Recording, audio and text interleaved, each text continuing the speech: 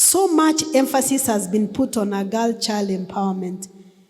What will a boy-child do when dealing with a girl? Now, there is no problem with empowerment on a girl-child. It is good because traditionally it has been very disproportionate. And maybe if I can also help you understand, do you know that when women earn money, 90% of that money goes back to the family?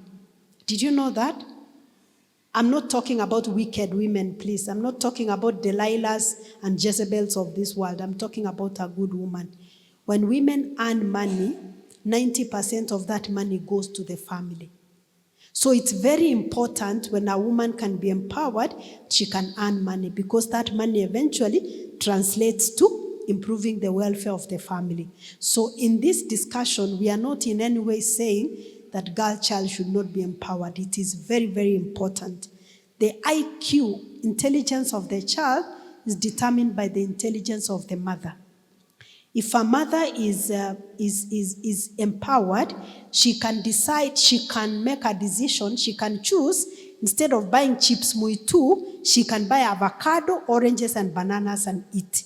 And that is going to improve the health of the unborn child, okay? Instead of the mother buying mandazi for the children, she can now buy something healthy because she knows better. So it's important for a mother to be empowered, okay? Now, somebody has said, what will a boy child do when dealing with the girl child? So the fact that the girl child is empowered does not mean that your empowerment imeisha. It doesn't mean that the boy cannot be empowered. Maybe, just maybe, if there are situations whereby the boy does not know how to deal with an empowered girl.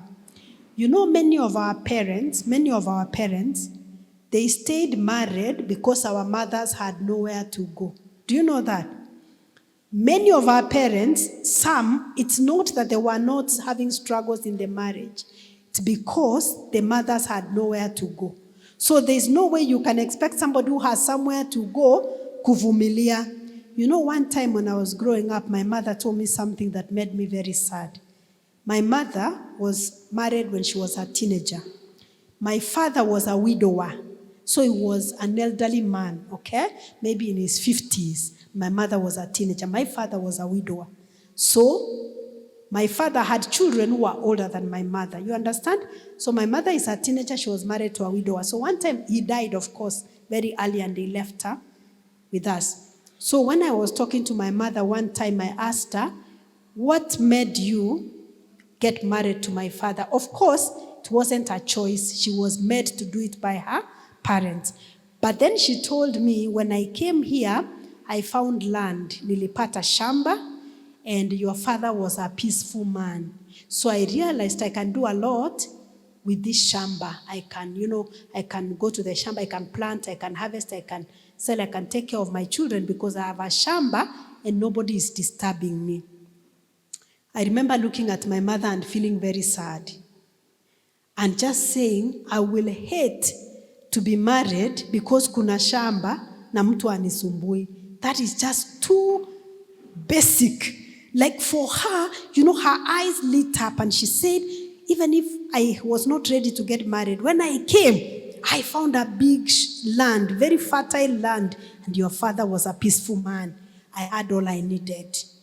Surely that is not all I need. But for my mother, you can see circumstances are that is all she needed, okay? And then I imagined, so I was a teenager when she was telling me that story.